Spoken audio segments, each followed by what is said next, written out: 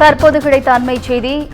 நில மோசடி வழக்கில் கைதானவர் மீது தாக்குதல் நடத்தப்பட்டுள்ளது. அது தொடர்பான சிசிடிவி காட்சியை பார்த்துக் கொண்டிருக்கிறோம். கூடுதல் விவரங்களை செய்தியாளர் கிருஷ்ணமூர்த்தி வழங்க கேட்கலாம்.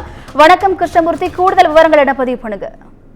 நிச்சயமாக அதிமுக முன்னாள் அமைச்சர் எம்.ஆர். விஜயபாஸ்கர் மீதான நில மோசடி வழக்கில் அவருடன் சேர்ந்து குற்றம் சாட்டப்பட்டு கைது செய்யப்பட்ட பிரவீன் என்ற இளைஞரும் கரூர் சிபிசிஐடி அலுவலகத்தில் நிபந்தனை ஜாமீனில் காலை மற்றும் மாலை வேலை என இரு வேளைகளில் கையெழுத்திட்டு வருகிறார்.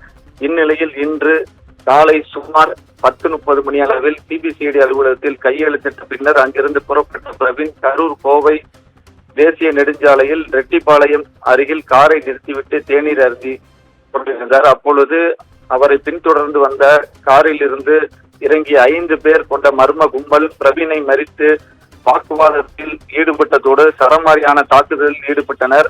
அந்த சம்பவத்தை கண்டு அப்பகுதியில் அதிக அளவு மக்கள் கூடியதால் தாக்குதல் நடத்த முடியாமல் மர்ம கும்பல் அங்கிருந்து தப்பிச் சென்றனர். அதில் அவரின் செல்போன் கீழே விழுந்தது.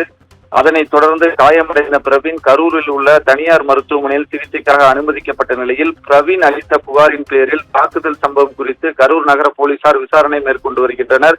குறிப்பாக 100 கோடி ரூபாய் நில மோசடி சம்பந்தமாக புகார் அளித்த நிலத்தின் உரிமையாளர் பிரகாஷ் இந்த சம்பவத்தில் சம்பந்தப்பட்டுள்ளதாக தாக்குதலுக்குள்ளான பிரவீன் தகவல் தெரிவித்துள்ளார். பிரவீன் மீது தாக்குதல் நடந்த சம்பவம் அங்குள்ள சிசிடிவி கேமராவில் பதிவாகிய நிலையில் அந்த காட்சி தற்பொழுது வெளியாகி பரபரப்பை ஏற்படுத்தியுள்ளது.